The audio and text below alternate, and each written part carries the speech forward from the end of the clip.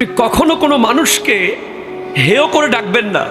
এই রিকশাওয়ালা, একটা মানুষ যখন ভ্যান গাড়ি চালায় আমরা তাকে ডাকি এই ভ্যান গাড়িওয়ালা। একটা মানুষ যখন ট্রাক চালায় এই ট্রাকওয়ালা।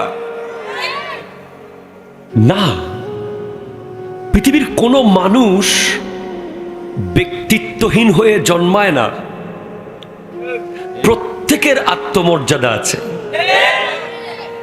সে যদি রিক্সা চালায় বুঝতে হবে হয়তো সে ছোটবেলায় বাবা হারিয়েছে,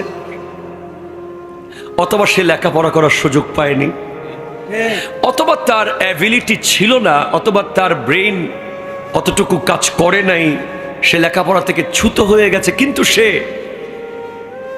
রিক্সা শখে চালাচ্ছে না, সে পেটের দায়ে রিক্সা চালায়। ঠিক কিনা বলেন?